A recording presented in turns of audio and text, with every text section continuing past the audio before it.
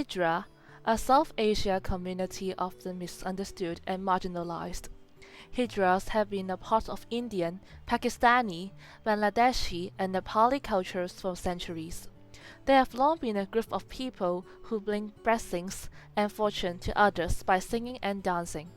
Yet, despite their unique place in Hinduism, they continue to face discrimination, sexual abuse, violence, and hatred. Today, let us explore who the Hijras are, their history, their daily lives, the challenges they face, the laws that protect them, and what can we do as allies. Hijra is a term that is commonly used in South Asia to refer to individuals assigned male at birth but who identify as female. They are considered the first gender or transgender.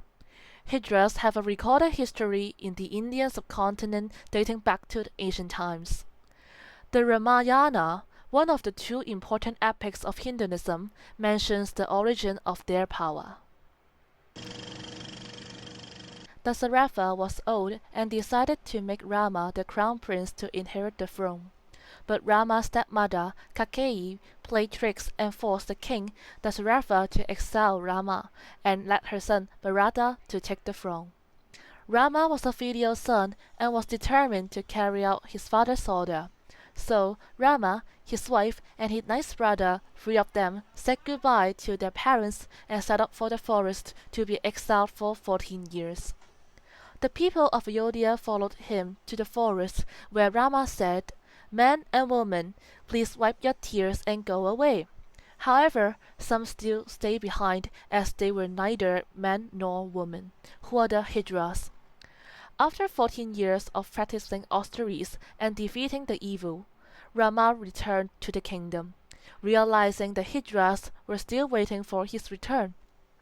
He was so surprised that he instilled a magical power in the Hijras to allow them to bring good luck and drive away bad luck for others. The Indian tradition also believes that people who are cursed by them will lose their sexual abilities. In contemporary South Asia, Hijras continue to live on the margins of society. Many are disowned by their biological families at a young age upon expressing their Hijra identity. Most find refuge in Hijra communities where they learn the ritual roles that they perform in Hindu households, like dancing and singing.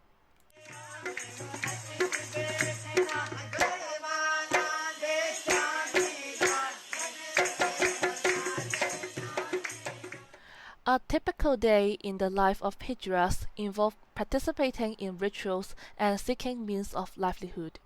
Traditionally, Hijras have earned a living by performing at weddings and birth ceremonies. To many Hindus, a Hijra's blessing of a baby will confer fertility, prosperity, and long life on the child. 1 to 2 days after a marriage ceremony, Hijras will perform to bless the couple for fertility.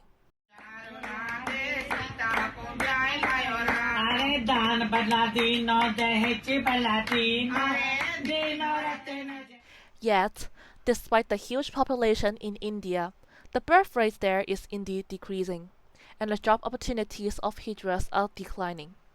Facing discrimination in mainstream employment, many Hijras resort to begging. Unfortunately, as people gradually lost faith in myths and the Hijras' power,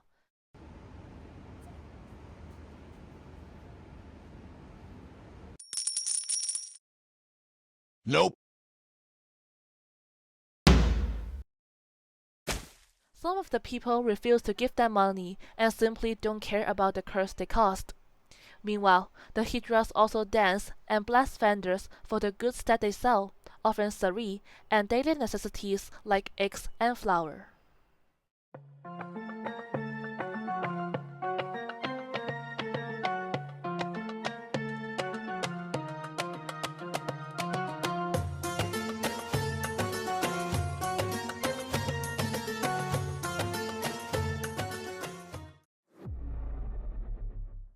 While the Hijra community has long faced stigma and social exclusion, it is important to acknowledge that these do not only come from discrimination against their transgender identity. Like any marginalized group, some members have engaged in behaviors that are frowned upon by wider society. One of the most widely cited issues is the practice of extortion, where some Hijras have been known to demand money from households or businesses, often during celebrations like weddings or the birth of a child, sometimes using loud singing, dancing, or even threats of curses or public embarrassment if their demands are not met. This behavior, though not representative of the entire community, has contributed to negative stereotypes and anger among the general public. Many people feel such as coercive, which in turn fuels hatred towards the Hijras as a whole, making it even harder for those who seek honest work or acceptance in society. However, it is crucial to recognize that such actions often stem from systemic exclusions and a lack of opportunities, as many Hijras are denied education and employment due to their gender identity and social status. Thanks to the perseverance of the local community calling for legal rights for the Hijras, recent years have seen some progress in the legal recognition and protection for the Hijras and transgender people. In 2014, the Supreme Court of India recognized transgender people, including Hijras, as a third gender, affirming their fundamental rights.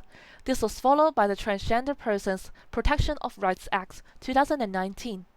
The bill prohibits the discrimination against a transgender person, including denial of service or unfair treatment about education, employment, healthcare, access to or enjoyment of goods, facilities, opportunities available to the public, rights to movement, rights to reside, rent, or otherwise occupy property, opportunity to hold public or private office, and access to a government or private establishment in whose care or custody a transgender person is. Despite legal process, implementing these protections remains a challenge. Many Hijras still face obstacles and social stigma when trying to assert their rights. One question that arises is whether the penalties for offenses against them are sufficient to deter such crimes. Under current law, physical, sexual, verbal, emotional, and economic abuse are punishable by imprisonment for a minimum of 6 months, which can extend to 2 years along with a fine.